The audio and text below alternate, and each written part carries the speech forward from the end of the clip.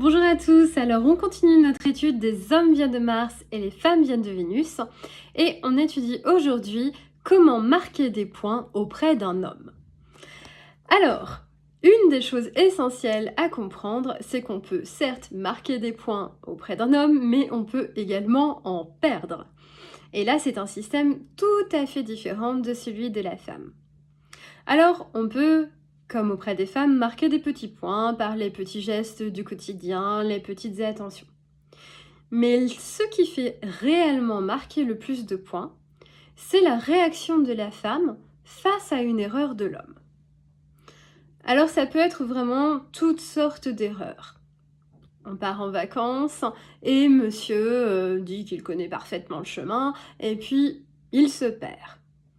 Là, si madame dit bah alors tu pouvais pas allumer le GPS, franchement c'est n'importe quoi, elle perd 10 points. Là c'est vraiment mauvais. Si elle dit oh bah c'est pas grave mon chéri, on va juste chercher un peu puis on va retrouver notre chemin. Là on peut dire qu'elle gagne environ 10 points. Et si elle positive le problème en disant mais écoute mon chéri, c'est pas grave, regarde ce qu'on vient de voir là. Tu vois cette jolie vue, eh ben on l'aurait pas vue si tu t'étais pas perdu. Ah là, 20 à 30 points. Donc la réaction de la femme face à une difficulté, à un moment où l'homme a l'impression de perdre un peu la face, c'est ça qui est le plus important.